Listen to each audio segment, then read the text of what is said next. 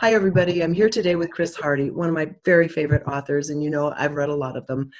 Chris has an incredible ability to connect the dots in really deep themes. And in this particular conversation, we're going to be talking about hyper dimensions and the ability of souls to reach in from both sides toward each other and why that's possible and the ways in which it happens.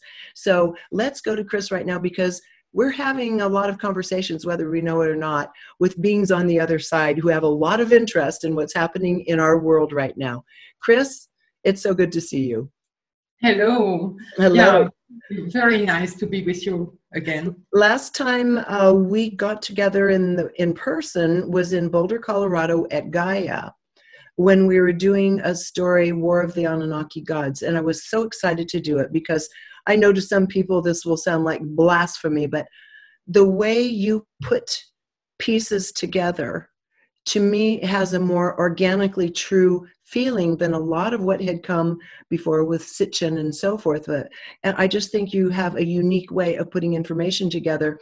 And what we're doing tonight is very near and dear to both of us, and that is the communication between dimensions. And so I would like to start out first, the name of your book, which is Living Souls in the Spirit Dimension. In the beginning and toward the end, you mentioned something that I think is critical and our viewers will find very interesting, and that is that these dimensions are starting to come closer together, making it more possible for people to have these cross-dimensional experiences. So first off, tell us what's happening and why you think this is occurring now. Well, see, I believe that humanity as a whole collective consciousness field has been slowly rising in terms of frequencies. I mean, we have many different authors that have and sensitive who have been able to feel those this constant increasing of frequencies in our minds. And so as a higher dimension where our own higher self is living, and all the souls of the deceased people, when they are in this hyper dimension, they are on a much higher frequency range of frequencies than us. So it's only if you understand what the sage were saying in different inner traditions, inner paths of knowledge, which are in any religion, by the way. We have a mystical way in Christianity, and you have a mystical way also in all religions, you know. Of course, the Eastern religions are more mystical on the great range of them. But those sages were saying that when you get into meditation and you get into inner silence, and even the shamans in Mexico and in Africa, in sub-Saharan Africa, they tell you how to get in contact with a higher range of frequencies. And when you do that, you are mostly in contact immediately with the spirits of nature, and the spirits of natural systems like trees. I mean, I have been able to, certainly you too, to be able to talk to trees, the consciousness of trees. Oh, me as well. I love the intelligence coming from trees. Yeah, it's wonderful. It really is. I had this incredible experience about in India, about being called one night. It's a whole story, but I'm going to say just the part that belongs to the communication with the tree. So I was I felt I had a very intense spiritual experience that changed my life, in fact. But and then I started walking, and at one point, so I was walking along the beach, and the night had come, and at one point I felt like a call from behind the dunes that were blocking my vision. So I was seeing only dunes and palm trees, but then I felt a call like from this angle, you know. So it was still kind of a few hundred meters in front of me, half a mile or something. And then I kept walking, and at one point I felt that the call was very strong on my left, now much nearer. And I believed that there must be a village and a very specific person with a very high consciousness in that village. So I now start crossing above the dune, and when I'm above the dune, I realize that there is indeed something like only 4 or 5 houses, like making a square around a huge tree.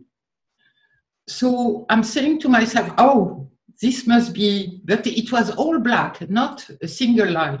This must be coming from this village. There must be somebody there. So I start walking down now the dune and further. And at one point, I see a magnificent tree on my right. So huge and beautiful, like a centennial type of tree. Centennial tree, yes. Centennial. I approach the tree, and I have the impression that the tree, you know, is also talking, calling me, but it's kind of flu. So I say to myself, I'm going to sit down at the base of the tree. I touch the tree, I say hello, and all that. I exchange some harmonic vibration with the tree. Then I sit down, my back to the tree, and I try to hear what the tree wants to say to me, and I see nothing. So I get up, I leave, and you are in the middle of the night. So the fact that the tree is showing is certainly because the full moon is there, a moon big enough, and that's all, you know. So it's mostly obscure. And the little house I saw in the village were kind of all black, as I said, just black shadows, you know. And so I'm leaving, I'm getting up, I'm getting away from the tree, and believe it or not, hope you see my my hands. Yes. I have 2 extensions of a blue light, blue phosphorescent light that come like that, but they are like that, they go like that, they cross in front of me, and they push me back, my back towards the tree. So I sit again, I'm trying to listen and all that, and nothing is happening. I get up against the tree, I make 1 meter, 1.5 meters, the tree is taking me back again. And so the third time I sat, I saw myself as an ascetic. From another lifetime. Yes, another lifetime. I spent decades, not my whole life, but decades under that tree. Yes. He was my tree. You know, this reminds me of, you know, the Mantra Mandir in Auroville, India. Have you ever been to Auroville, Sri Aurobindo, and the Mother's Community? Yes, I went around, but I did not get inside. So I was a sadhu path. Yes. I was privileged enough to go inside the Mantra Mandir, which has to be one of the most sacred spaces I've ever been in my life. But the point is, this giant sphere that was designed by the mother the feminine half of the pair, was built there when there was nothing there whatsoever, way before the community was built, because there was a sacred tree right next to it. And it was the tree that was the impetus for putting all of this community together.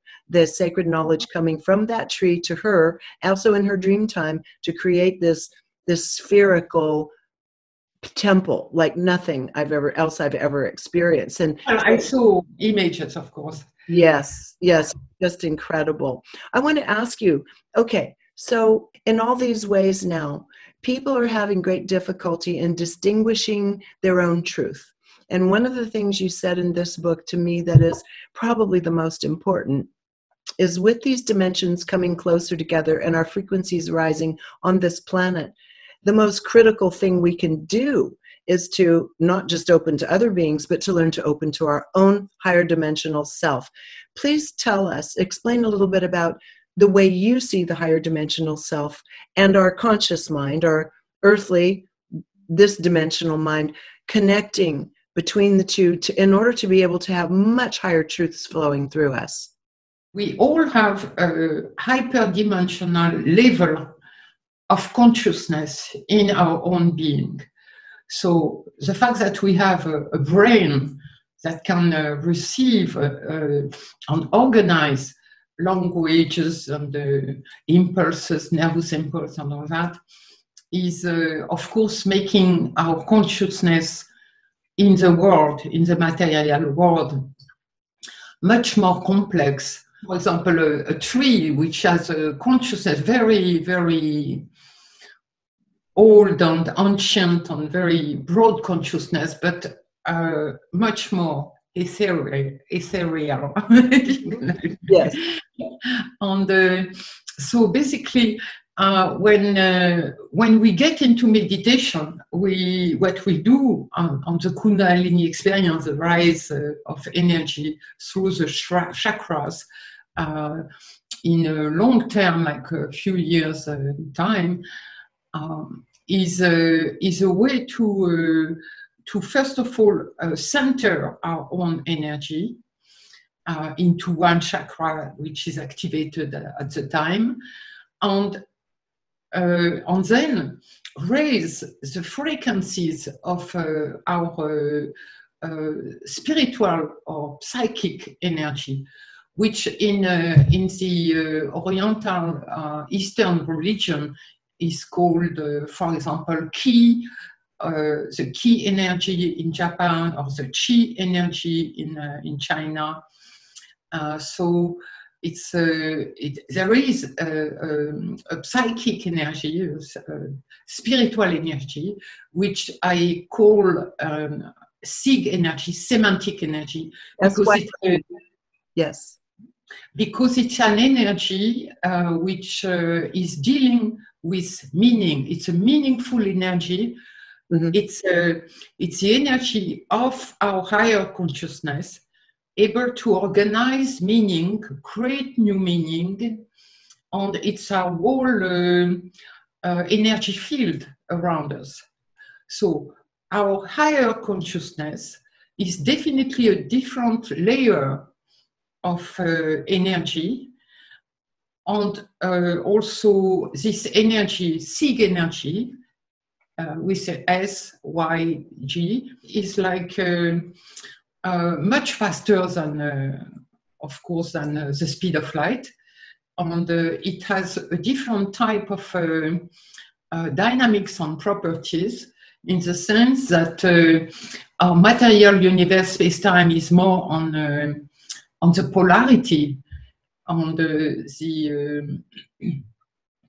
attraction or repulsion of polarities, but the energy of the higher dimension, of this hyperdimension, is working on resonances, on the attraction, on something you would call love also, but I prefer to call harmony, synergy,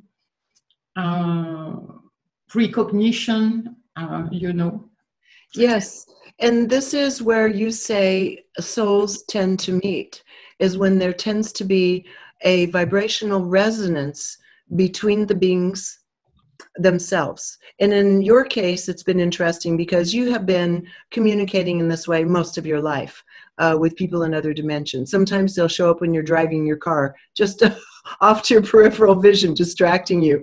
But other times, such as when your father died and there was critical information to come through, and your aunt, these family members were able to come through to you at critical times when information needed to be purveyed. But it goes beyond this. That is a natural resonance you had through family, but you also have had natural resonance through your deep lifelong background in science, to the point where you drew in or met with Carl Jung and Wolfgang Pauli. And I would love it if you would explain to us how that resonance occurred with Jung. And as you have your PhD in ethnopsychology, which is fascinating, looking at the way in which people around the world organize their own thoughts and communications and interactions. How did you bring Jung in, and what did he initially come to speak with you about through this resonant field?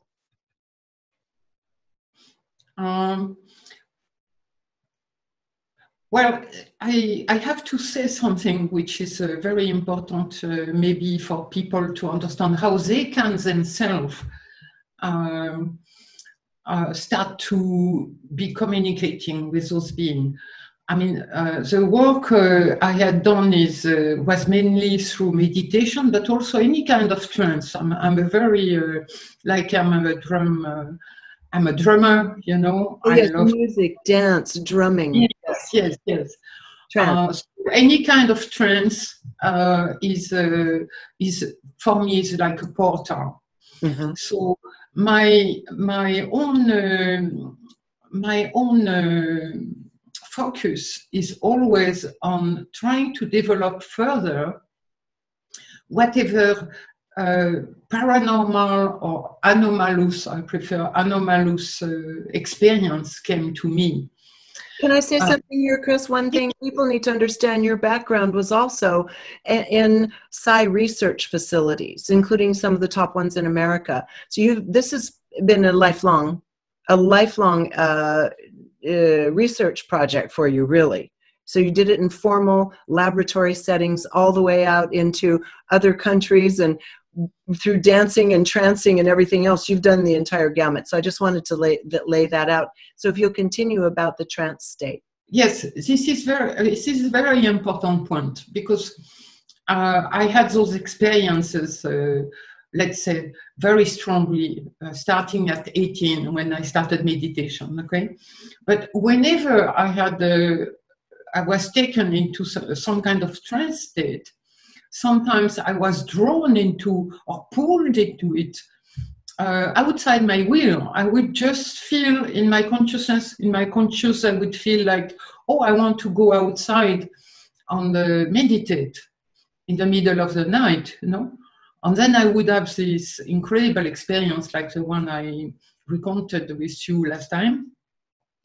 But it's like, whenever I have those experiences, there is a tiny part of my mind, which I call the vigilant, which is absolutely focused on memorizing in extreme detail.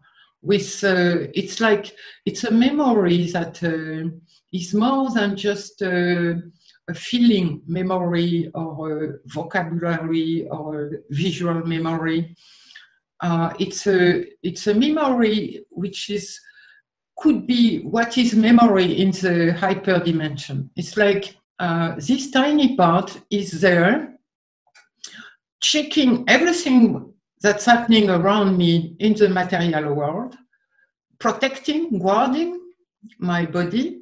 If there was a danger, yes. Yeah, if there was a danger, it would pull me back immediately. Mm-hmm.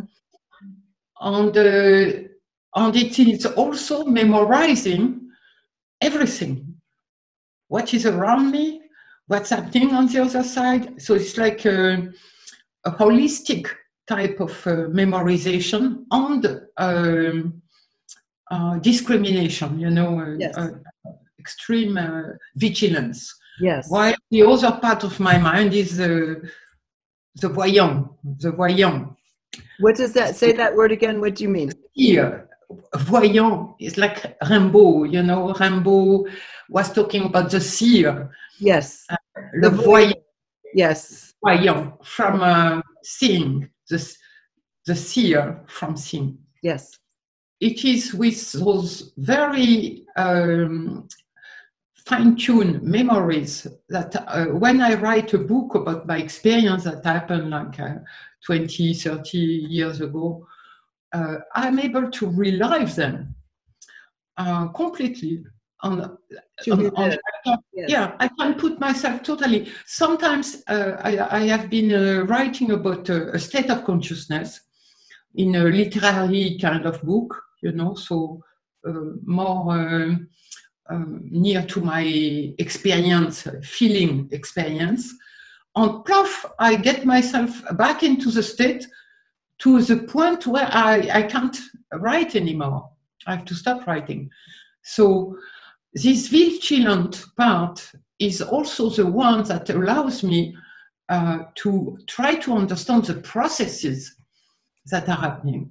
Because sometimes an experience will bring you some information, but you don't know how to, or a specific set of an event, you know. Is it fair to say that it helps you discern and organize the information?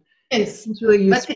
But it's more than that. It's like those states, you know, they are like a sudden window opening on this hyperdimension, which is just universe on thousands and an infinity of, you know, compared to a tiny little facet here.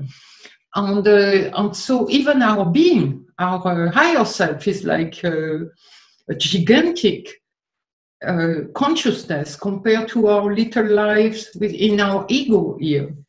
So when you have those experiences, you have a tiny window opening, and you cannot be sure or to interpret correctly what happened until you have another experience that show the same type of process or event from another perspective, slightly different perspective. And then you can put together, you know, that this is seemingly a very core facet of this kind of event or phenomena, you know, phenomenon. Yes, and when you connect with, in this case, we'll talk about Jung in a moment, but when you're connecting with other entities, you have stated in your book there are certain hallmarks of it, which I have found to be absolutely true, and I found it interesting because your book is the first one which I have read, which really addresses the subject of how these hyperdimensional aspects of self and other relate to us. There is no attempt to control, persuade, or dominate. Those kinds of motivations and communication styles are not present in that kind of communication. The other thing you spoke about was that when you do connect with a being from this place, that they will address you by your name. And I had never really talked to anyone about that or read that before. And for the many years I've been doing this as well, I always wondered, why do they call me by my name every time at the beginning? They always start by simply saying my name.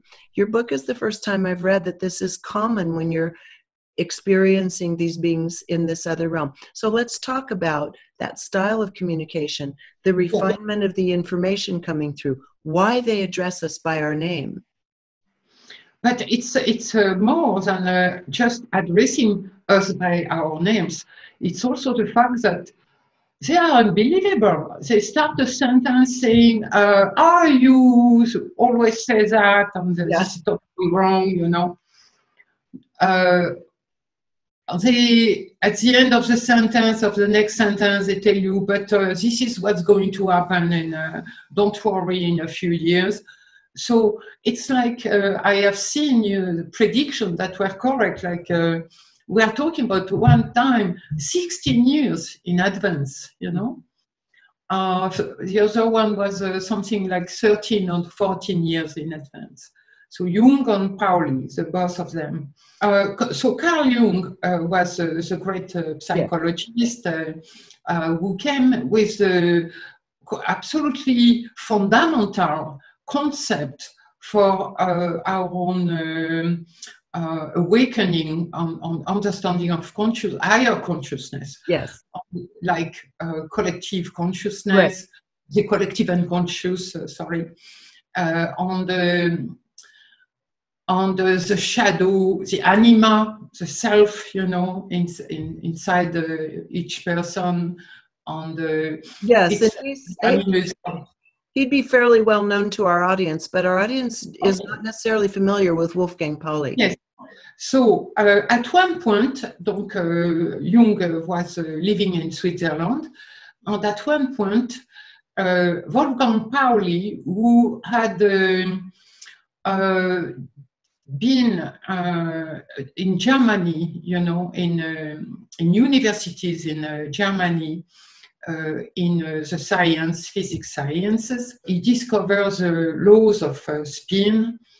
Very early on. The laws of spin. Okay. Yes, the laws of spin, and it was the law that enabled us to understand the phenomena of the entanglement. If we did not have the law of spin, we would never have discovered the entanglement.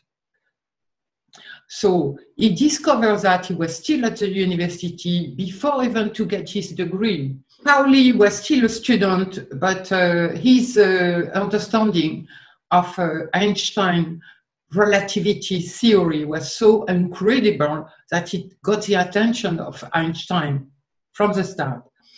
And so then at one point in his life, like maybe in his late 30s or mid 30s, Pauli is having some job, I mean, teaching in the university in Zurich, where Jung was living.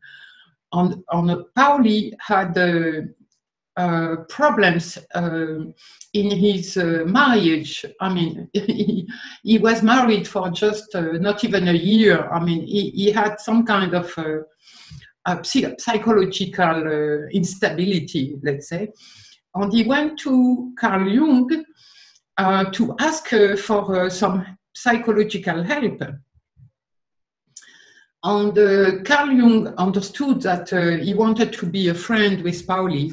So basically, Pauli was taken care of psychologically by somebody else, and he kept his relationship with Carl Jung.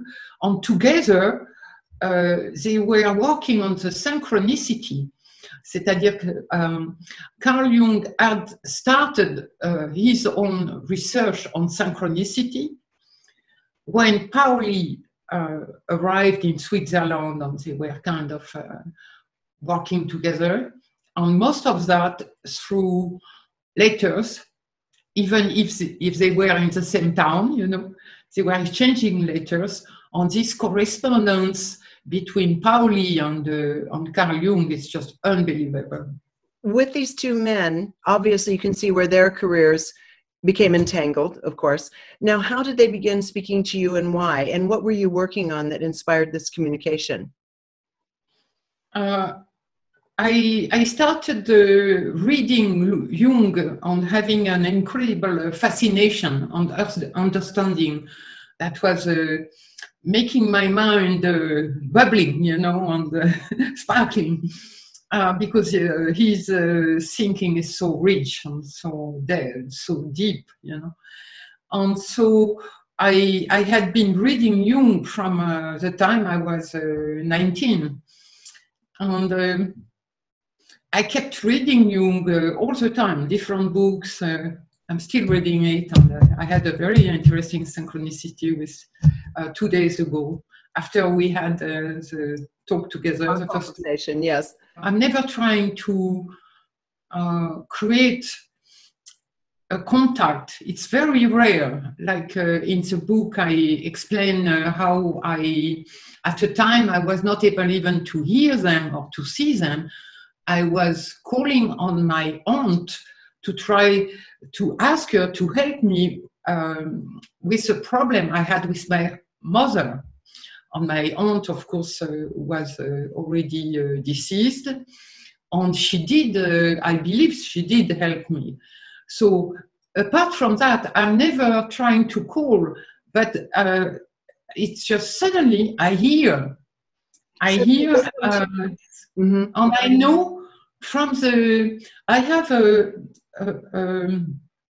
specific, but I believe all people who have some telepathy have this too. It's like if the phone rings and you take the phone and you know it's the first syllable, the first word, and you know who is calling, you know, from your friends, okay?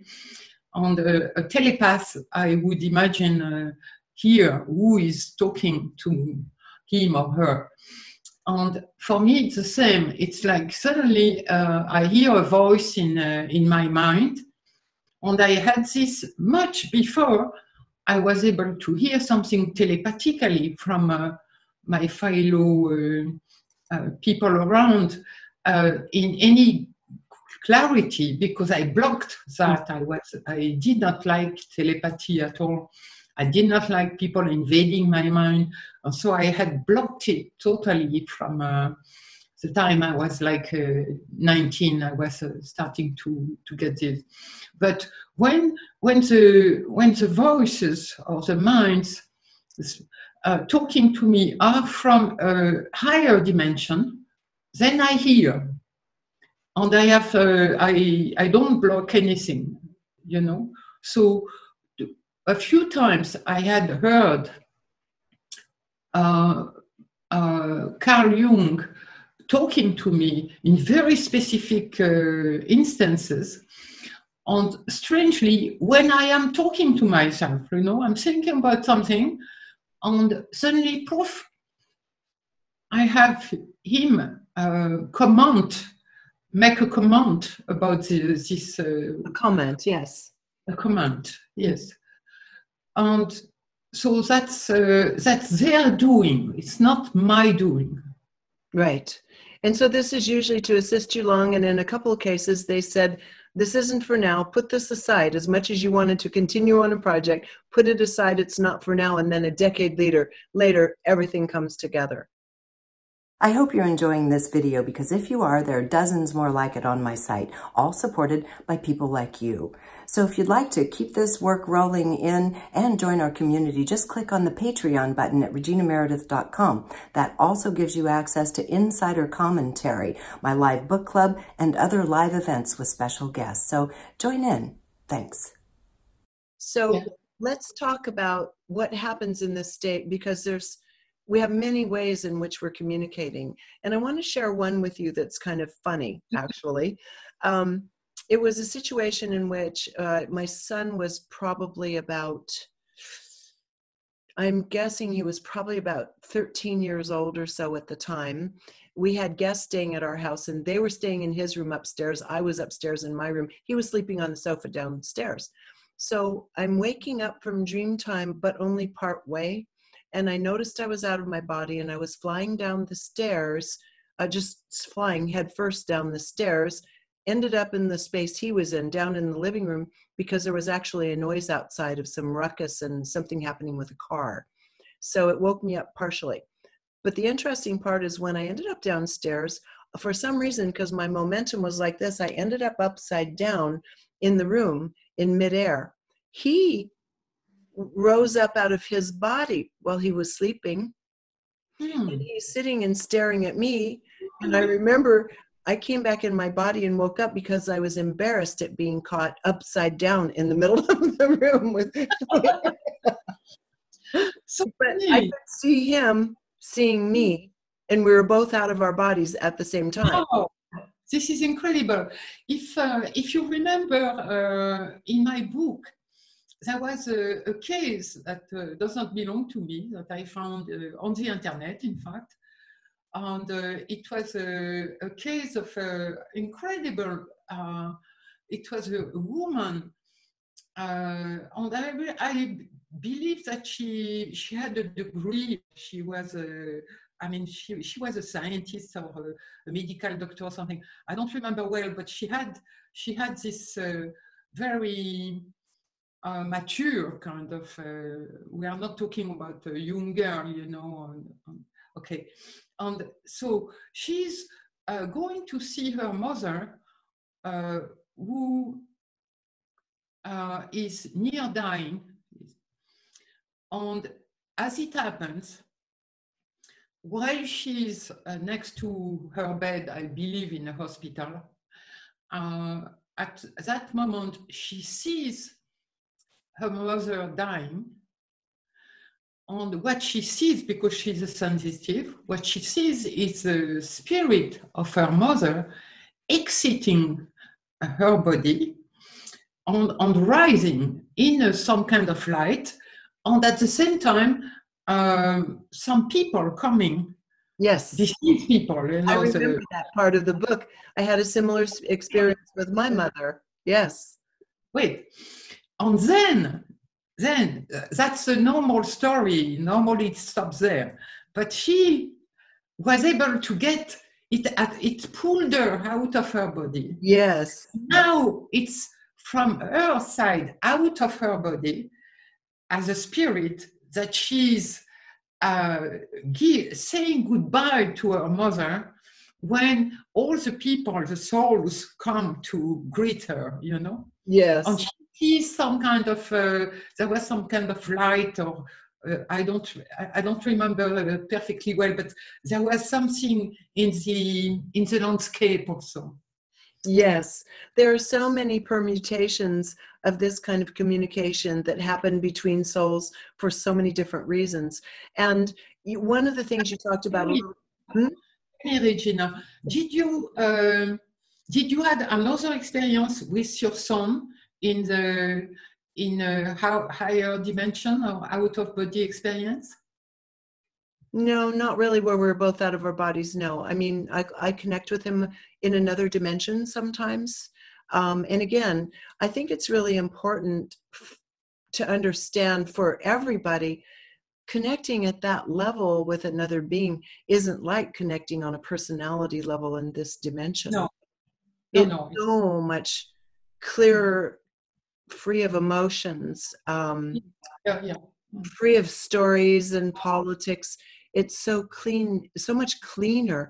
I would love for you to talk about that a little bit more, and also talk about one of the techniques that you mentioned in your book, which is to say, besides the drumming and dancing and music and trance states, is to also imagine going up into a sunlight golden sphere above you to communicate with another as well, if you are looking to initiate the contact.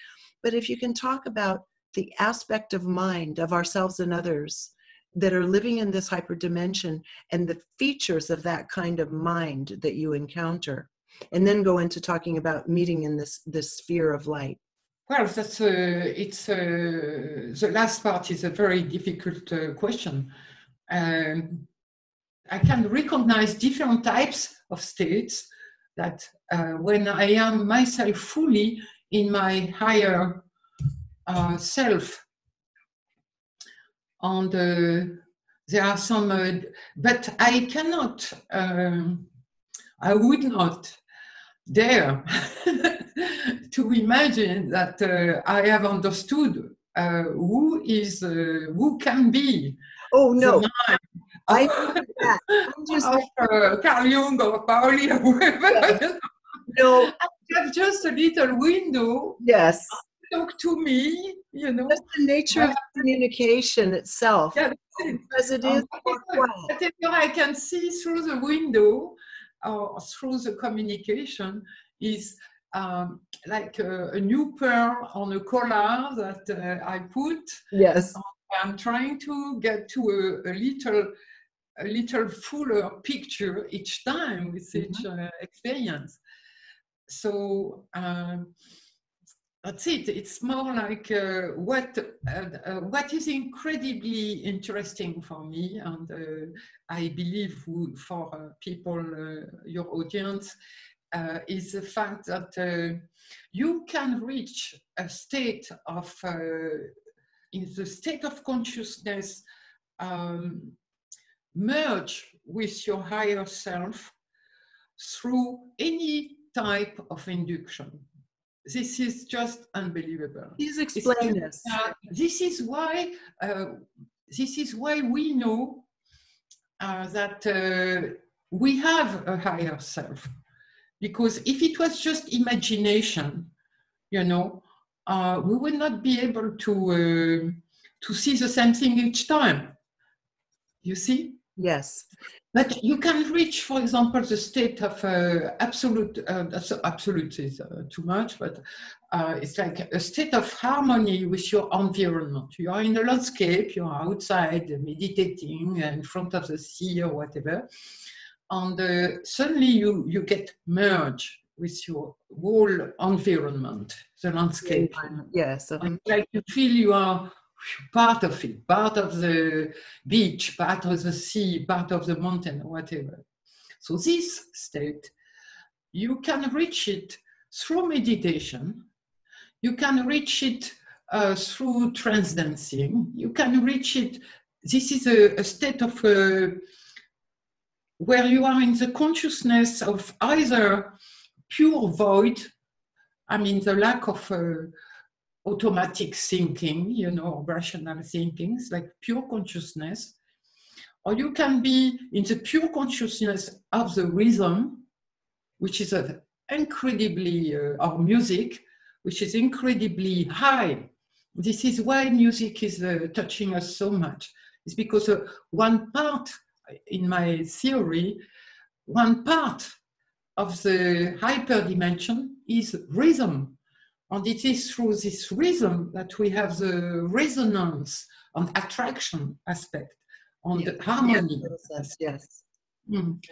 So you can trance dance, or you can be in a trance dance or drum or whatever, or even make love, or you can suddenly prove. For example, the first experience I had in my life of being outside my body when I was 18 was with while making love for 3 days with. You had a lovely long weekend. Yeah.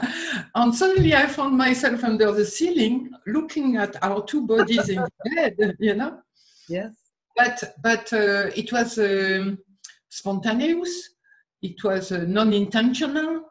There was nothing I could do when I was under the ceiling. As soon as he touched me, proof, I got back in my body.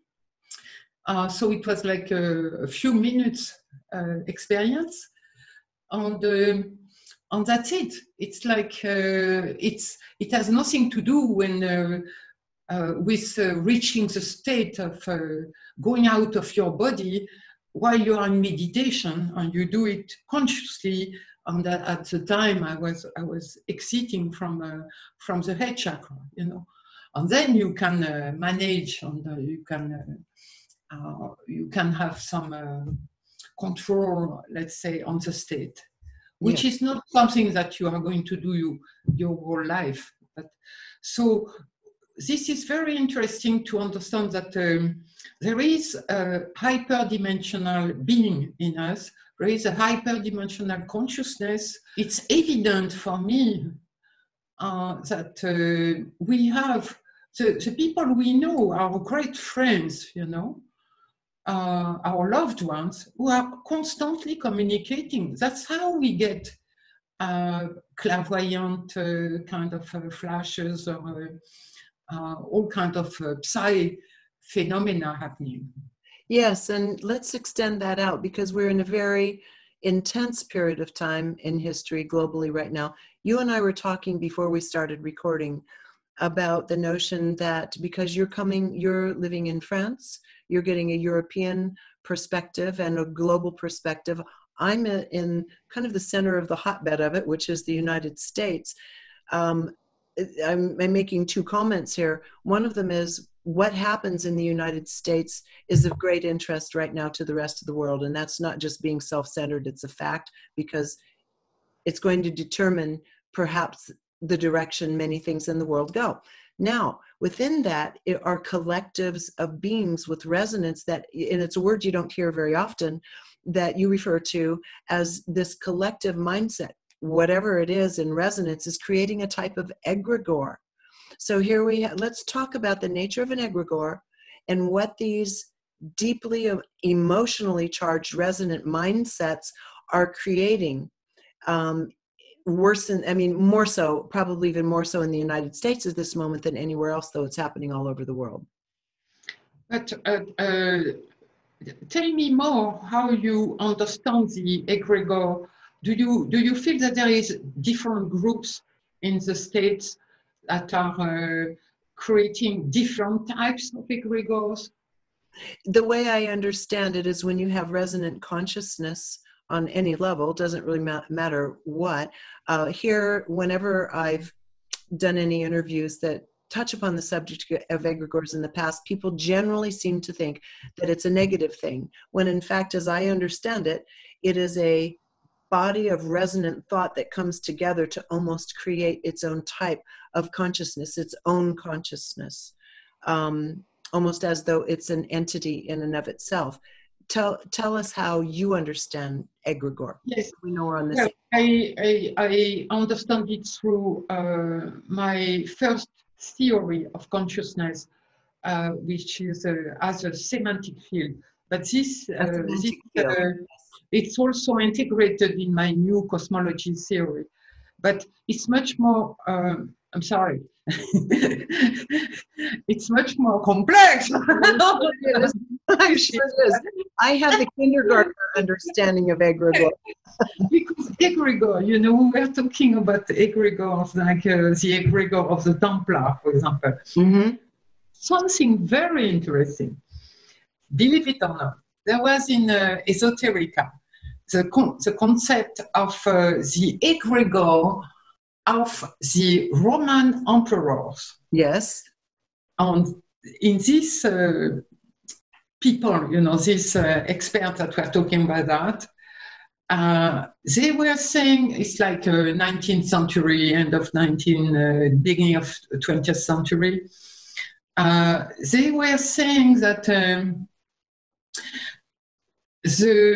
all the emperor from, Julius Caesar was not the emperor. He was the triumvirate. Triumvirate, yes. Yes, after you started with a line of emperors. And they said that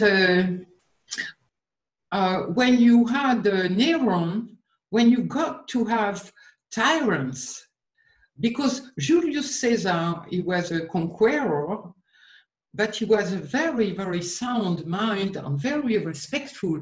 Let's remember that he did not want the Gaul people in France. What was France? Gaul at the time. He did not want them to be specifically adopting the Roman religion. He accepted that they were Celt and they had Druids as priests. Druids, yes. And he respected that.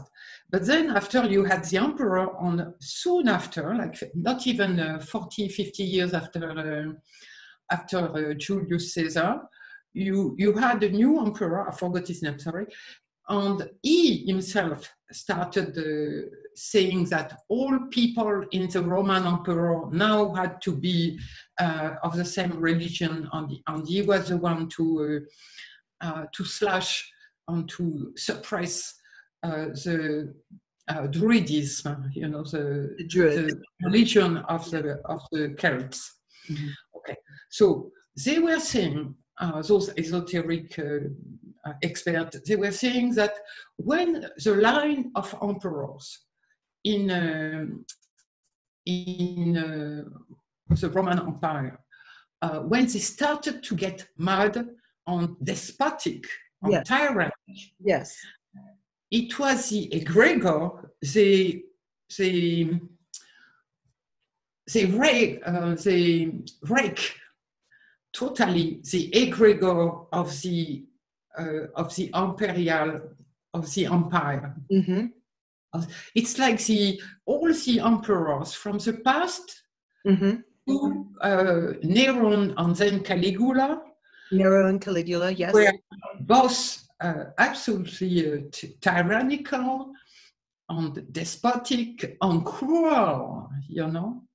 And this is sometimes I reflect about our actual president in the state, and I am remembering this thing about the fact that some people understood or interpreted the fact that the emperor were now all getting mad, going to be tyrannic, and then it was the end of the empire. So this is something I know deep in me, that America is going to get over this crisis. And it is not going to happen like it happened with Nero and Caligula, because they had an empire and you have a democracy, and the democracy has to be stronger than whatever force of tyranny and despotism, you know, authoritarian regime are trying to get a grip on it. So I don't think it's going to happen, but it's very interesting to keep this in mind. It is. The egregor of the Roman Empire. In terms of the, so if you take my own word, it's a semantic field, it's a sick field. So it's a very complex field, a dynamical and complex field of interaction that is going, which is organized, self-organizing, but through this semantic energy, SIG energy. Self-organizing through the SIG energy. Which is a hyperdimensional type of consciousness energy, mostly. And when you have those fields, it's immensely more complex than just your mind. And of course, your mind is more complex than your brain. Yes. So it's just incredibly complex because it contains everything you have lived, your own SIG energy. It's your whole consciousness. Most of it being the hyperdimensional part of your consciousness. So now, because this is in your own field, you will have smaller field, subfield, which I call constellation, semantic constellation. So I use SIG as a short for semantic, you know, semantic meaning, creation of meaning. Okay. And so some constellation inside your gigantic SIG field will be all the constellation of the interaction with your friends and families and yes. past, and okay, so that's why it's so gigantic. And you have also constellations that deal with your own action in life.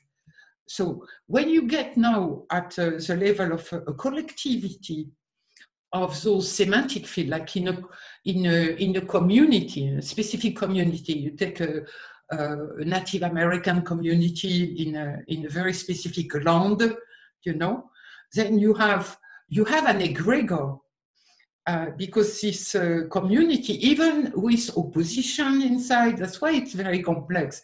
It's much more complex than the concept of egregor in esoterica was just like when they talk about the egregor of the Templars, was just let's say a way to show that the group of people was connected on the accrued through a set of principles or values. Like you take a religion, for example, and all the people believing in that religion will share, normally, will share some values. And that was what you call an egregore. Yes. So the egregore of the Templar was said to have been taken over by the Freemasons, for example. Okay. Yes, that makes sense. But if you have now a field, a holistic field of a great number of minds in a community, for example, or in a concert hall, then you have the capacity of having a certain type of frequency or vibrational harmonization between all the mind, which has very, very specific characteristics and qualities, because everybody gets into a kind of shared mind, and it's telepathic and it's harmonic. And I was talking a little about that last time. So it's I call them Telhar fields. Telepathic harmonic fields.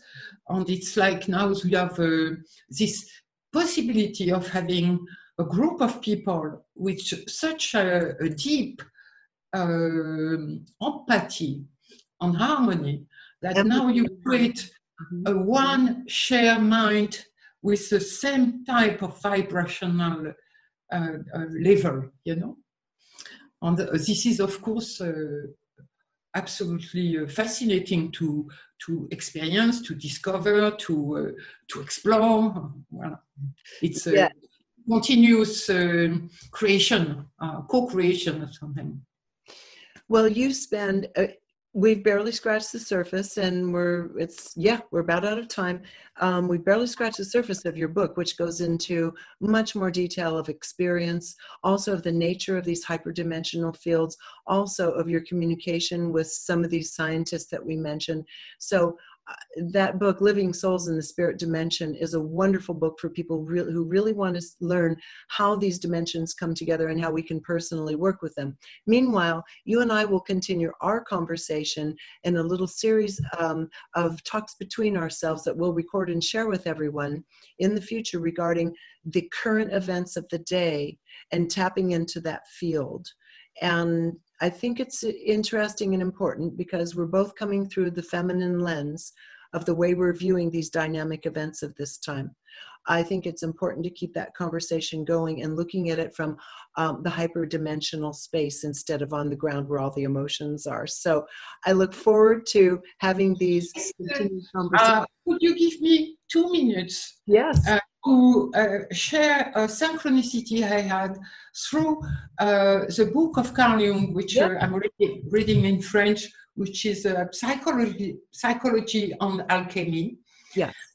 The morning, because in the morning I'm rereading this book, and I was, the morning after we had this last session, Just let me say what you're referring to is for our patrons. We had a conversation that went into some depth on all of this a couple of days ago through my Regina Live event. So that's what you've been referring to, saying our last conversation, for anyone who isn't aware of that. Yes, on your book club. So this is the Carl Jung Psychology and Alchemy. On the day after our conversation, I had finished reading the end of the book, in fact, and I just wanted to have some kind of, so I opened the book by chance, like this, and I fell, and of course, we have not said that, but we will in the next, our next conversation. I am extremely attentive to what's happening in the world, and specifically in the States right now, because I believe, as you said, it's a absolutely crucial kind of unfolding of events, and we really have to focus. So I am all the time with America, with even if I am living in France, and when I opened the book, I fell on something unbelievable, which is called the dream number 22. But I opened the page 202, okay? And then it referred to me the next time I asked a question, the same day, it went to 402. So it's interesting, and the 222 is there. Okay, I have, so the quote, I have translated it, of course. The salvation arises from a total let go state in which our attention is fixated on the center. Then he makes a drawing with a wheel of 8 spike wheel. The scene change. Somebody says that there is a revolution in Switzerland. A military party start to make this type of propaganda. We have to strangle totally the left. Strangle the left.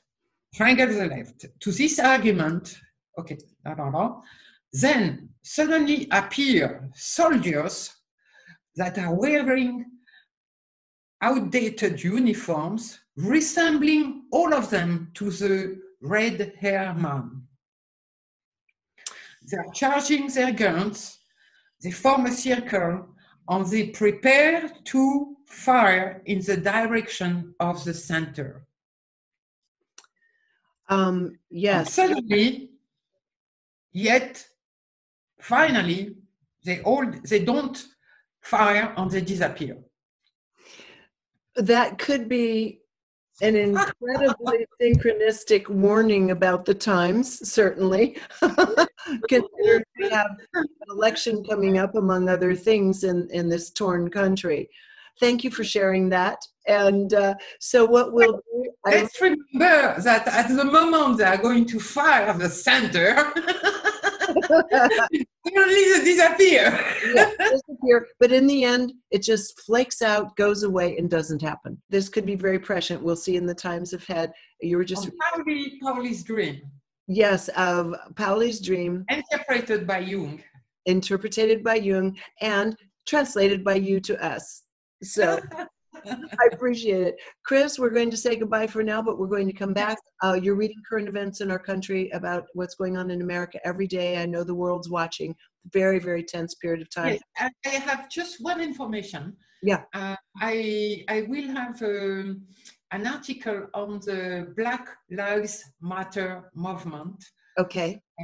I mean, analyzing in depth different types of problem, including the Breonna Taylor murder. Yes.